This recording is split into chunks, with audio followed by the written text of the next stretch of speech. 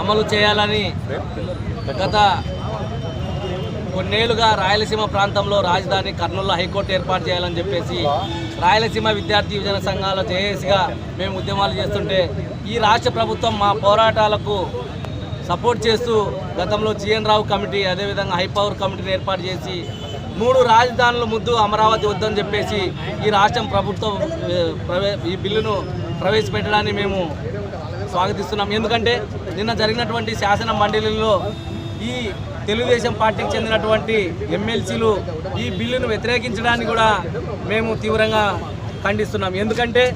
ఈ రాయలసీమ ప్రాంత వాసిగా కుప్పం నియోజకవర్గ ఎమ్మెల్యేగా గెలిచినటువంటి చంద్రబాబు నాయుడు గారు తన సామాజిక వర్గానికి చెందినటువంటి ఒక 30 గ్రామాల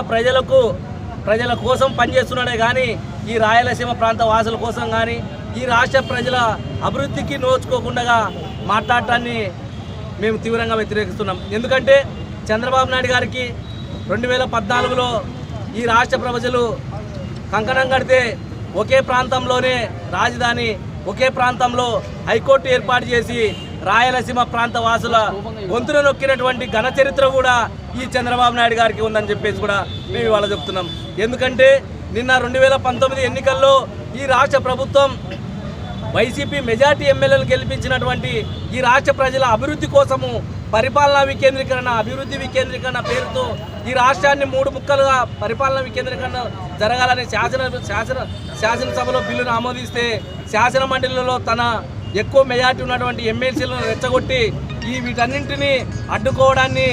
సిగ్గులేదని చెప్పేసి కూడా మేము చంద్రబాబు నాయుడు గారిని మేము అడుగుతున్నాం. వచ్చే 2024 ఎన్నికల్లో నీకు ఇప్పుడు 23 మంది ఎమ్మెల్యేలు ఉన్నారేమో కానీ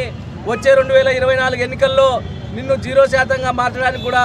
ఈ రాష్ట్ర ప్రజలు కంకణం కట్టుకున్నారని చెప్పేసి కూడా చంద్రబాబు నాయుడు గారిని అడుగుతున్నాం.